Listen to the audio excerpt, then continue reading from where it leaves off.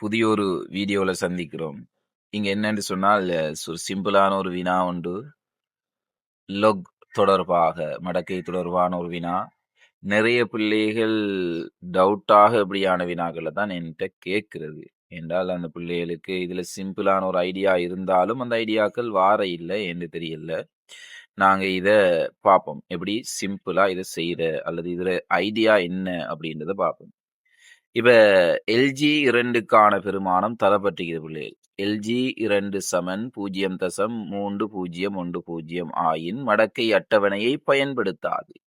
அப்ப நீங்க பகுதி 2ல செய்யக்கூடிய வினாக்கள் மடக்கை அட்டவணையை பயன்படுத்தி, இது பகுதி 1ல வரக்கூடிய வினா பிள்ளைகள், இது மடக்கை அட்டவணை பயன்படுத்துற இல்ல. ஓகே.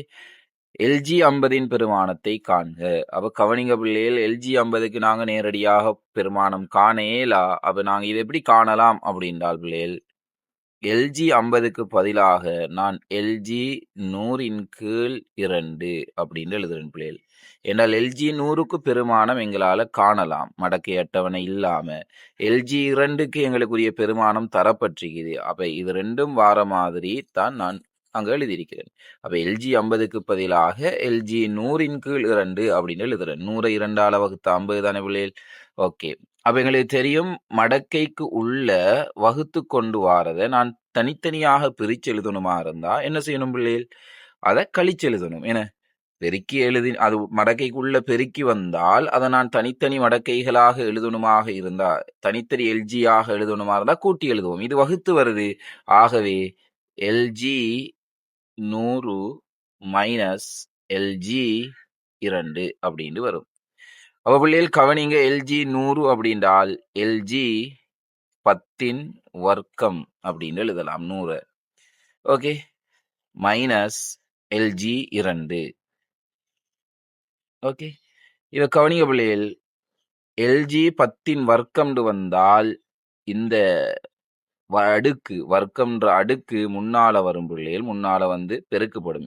2 தர எல்ஜி 10 மைனஸ் எல்ஜி 2.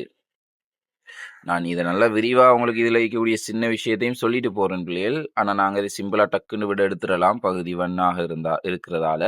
இப்ப கவனிங்க பிள்ளைகள், 2 தர எல்ஜி 10 அப்படின்னு சொன்னா என்னடா பிள்ளைகள்? லொக் 10ன் 10.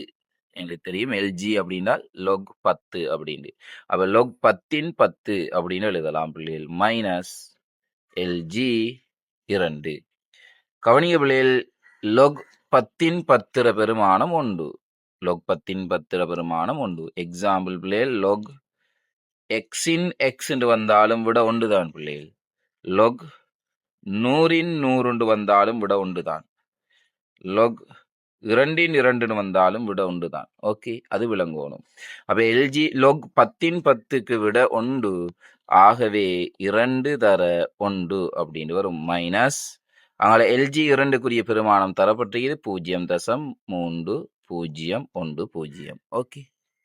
இப்ப கவனிங்க பிள்ளைகள், அவர் 2 1 தர 2 2 2 மைனஸ் 0.3010 அப்படின்னு வந்துடும். இப்ப 2ல இருந்து நாங்க அதை கழிக்கிற நேரம் 1.690 அப்படின்னு வரும் பிள்ளைகள். இதை நாங்க தசம எண்களை கழிக்கிற நேரம் தசமங்களை எப்படி கழிக்கிற அப்படின்றத பார்ப்போம். 2 அப்படின்ற பிள்ளைகள் 2.000. அது 0.3010. இப்ப நான் இதை கழிக்கணும் பிள்ளைகள். மைனஸ், அப்ப 0லேருந்து 0 போனால் 0 தான் போடுவோம். 0லேருந்து 1 போகாது பிள்ளைகள். ஆகவே நாங்க கடன் எடுக்கணும். இங்கிருந்து இங்க கடன் எடுக்கிற நேரம் 10 வரும். ஆகவே அதுல 9 மிச்சம் வச்சுட்டு 1 இங்க கொடுக்கணும். ஆகவே இங்க 10 வரும். ஆகவே இங்க 9 வச்சுட்டு அங்க 1 கொடுத்தால் 10. 10ல 1 போனா 9 பிள்ளைகள். இப்ப இங்க என்ன வரும்? சரியா 9 வரும். இங்க 9ல 3 போனா 6 வரும். இங்க நான் 2ல இருந்து 1 கொடுத்திருக்கிறேன். ஆகவே 1 தான் இருக்குது. அப்போ 1 வரும். அப்ப இதான் எங்களுக்குரிய ஆன்சர்.